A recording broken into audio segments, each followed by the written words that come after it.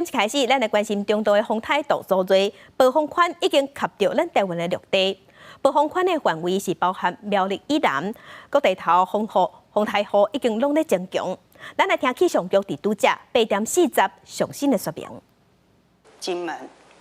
台风中心在今天早上8点的时候，已经来到我们鹅銮鼻西南方大约170公里的海面上。台风的强度维持中度台风，暴风范围大概是280公里，因此台风的暴风圈已经涵盖了我们南部跟东南部的陆地。预计台风未来会朝北西的方向，在今天通过台湾海峡南部，明天进入中国福建。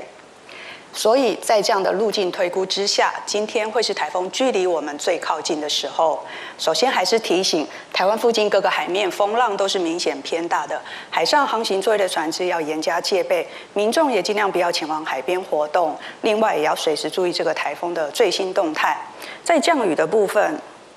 过去2天持续受到台风外围环流的影响，已经为整个东半部地区以及屏东的山区带来了大量的降雨。从星期二累积到目前的雨量显示，在花莲地区累积雨量已经超过了700毫米，台东的山区也有超过600毫米的雨势，而在宜兰的山区大概400毫米以上，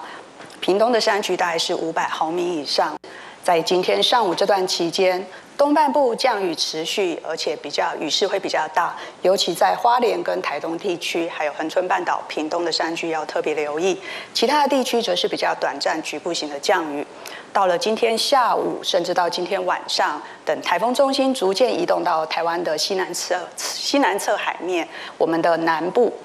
降雨会很明显的逐渐的增加。另外，澎湖跟金门的雨势也会慢慢的加大。尤其到了今天深夜到明天凌晨，台风更往金门跟澎湖方向的移动，澎湖跟金门入夜到明天凌晨的雨势会明显的加大。而在今天晚上之后，台湾西南部还是容易有阵雨出现，东半部的降雨则是有机会稍微趋缓。